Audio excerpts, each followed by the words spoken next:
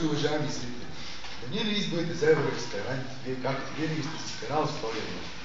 Аз съм добре известен Пингвин Пингвинов, председател на Централната излагателна комисия.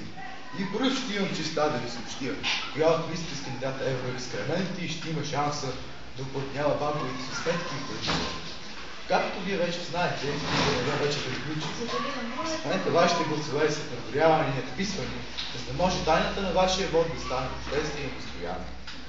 Но преди да знаем коя от листи Северно ще има шанс да спечели изборите за Евроексперимент, т.е. чии подписи са най-големи, бих искал да ви съобщя телефонната линия, на която може да изказвате вашите мнения и препоръки. Тя е 987 73 84 с код 02 от цялата страна.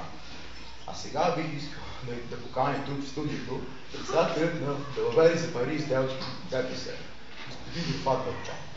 Освен това, лидерът на Ние днес свиваме всичко НДСВ, него кралско величество, господин Преслав Софийско-Мафиотски. И накрая, но не на последно място, кандидат Евроексперимент под номер 388 от листата на платформа Европейски смотаняци, господин Митя Пищал. Колегите вече ме информират, че гостите си в студиото, а видяхте да ги посрещат.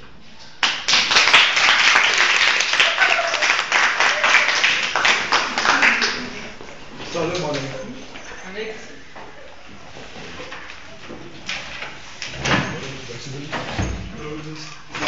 Здравейте, господин. Здравейте, не си ми подготвили два стола.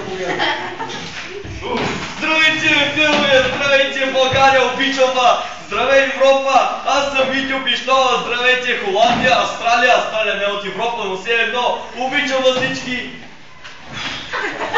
Ето времето ми напред да предлагам да започнем с въпросите и сега, господа. Господин Вълчан, бихте ли споделили с уважаемите зрители и биха били вашите много въведени в вашата партия победи? Първо, аз мисля да направя работния ден от 8 часа на 3 часа, от 13 часа до 16 часа, за да може, когато човек се наспи да отиде на работа и след това, когато пак му се доспи, да се върне. Освен това ще направим мода в София и специално MTL IMAX на Турска баня, за да можем да гледаме 3D кино с специални реалистични ефекти. Великолепна идея, драги зрители. Какво хуманитарно отношение към българския народ. Тук обаче идва момента да попитаме господин Софийско-Мафиотски. Какво ще променило неговото политическо движение в случай на победа?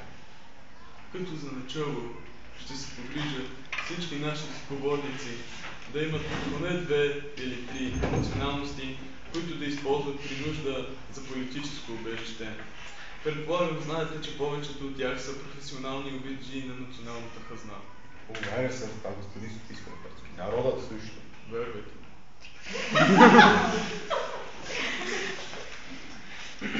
Освен това ще увеличим цената на хляб Добруджа на 1 лев, като 40 стотинки надценка ще се смятат като дарение за новият фонд. Осигурете стоеността на Вашето Величество. Великолепна идея, Ваше Величество. Величе да слушате тази на Вашия цар Фердинанд. Аз съм много по-велик. Който през 1887 година спомогна за доброто развитие на тогава. Освен това ви обещавам, че за 800 дни не само ще оправям България, а и цяла Европа. Тъй като времето ни отново напредне, трябва да попитаме господин Митю Пищова, какво се крие инвестицията на неговата партия, платформа за европейски спотаняци. Инвестиция? Че който е инвестиция? Как да ви обясни, господин Пищов, това е вложението на средства и капитали в нещо мащабно. Че по-мащабно от той? Значи, уважаемите зрители могат да приемат факта, че инвестицията на платформа за европейски спотаняци се крие на вашия стена. Нещо какво? Това е великолепно, уважаеми зрители. Така, но нека все пак да питаме господин Пищова. Какво би направил той за родината в случай, че спечели изборите за Евроексперимент 2007? Ако ме избирате за Евроексперимент, че има 3 дни кюфтетники, мопчета и мафли ще има без пир, може хой му джакуите му кузите, да каже ще стряме с големия Пищов. Колегите ме обвиниха, че господин Пищова бързо за неотложно съвещание в Народното събрание. Това трябва да се сбудува с него. Довиждане, господин Пищов. Довиждане, довиждане! Обичам в Европа и Австралия и вас да обичам! Довиждане! Така.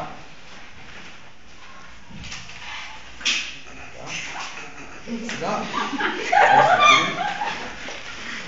студент преди въпроси на залата и господа народни представители, вижте така председатели на двете големи партии, господа председатели, с какво следва да бюджетите на българския народ по време на предизборната си кампания? Субективно казано, с тази енергийна напитка, която е много хубава и тя наистина дава енергия на моите избиратели, както и на мен, за моите преживявания с царицата във Врана. Това е невероятно, Ваше Величество. А вие да ви очаквате? Ами нашата партия се черпи с това, което стана от примерето на България к нам. Както сами забелязвате, уважаеми зрители, положението наистина става много добро. Сте изгладнели и оживени от гледания безумни рекламни кампании, различни телевизионни барби и телевизионни ефир. Можете да се нахраните и напиете безплатно на сметката на НДСВ и ДПС. Ама какво е това безумие, бе? Вие нормални ли сте? Какво се случва тук, уважаеми зрители? Боже, гледам и не вярвам на ушите си. Как ми ви е срам вас, господин Вълчан, да се появявате по телевизията? Нищо чудно, че България спечели. Какви глупости говоря, нищо чудно, че Турция се класира пред България на Евровизия. Вие сигурно сте натъпкали още 20 автобуса от Бурса и Измир и сте ги докарали да гласуват тук. А вас как ли ви е срам, господин Софейско-мафиотски, да обещавате, че за 800 дни ще оправите България? Вие знаете ли за 800 дни аз колко книги ще напиша? Аман от ограничени мозъци, крадците мошенници, те ще погубят не само България, а и Европа, уважаеми зрители. Аз съм дълбоко възмутен, морално и духовно ощетен и екзистенциално наранен. Затова сега ще се махна. Предпочитам да слушам и да гледам прекрасните музиканти от Лос Хебелос и да си седя вкъщи, да си вода моето предаване, вместо да се занимавам с такива ограничени простаци. Довиждане, господин Пингвинов, само вие сте достоен за уважение в тази държава. С тази неочаквана реч аз нямам какво да кажа. Дълбоко се почувствах, дълбоко си вдъхнових думите на този велик и достоен българин професор Ян Смучков. Така че разгледайте се от тука, крадци, обирчи и мошенници на бърз. Къш да загубите едно. Не заслужавате нито една стотинка на значение. А ти ще духаш срупът. Крадци, обирчи и мошенници. Това е всичко от нас, уважаеми зрители. Това е всичко от програмата на канала 1 в случай изборите за Евровизия 2007. Аз съм Пингвин и оставам Пингвин. А вие останете с програмата на каналата 100. Довиждане.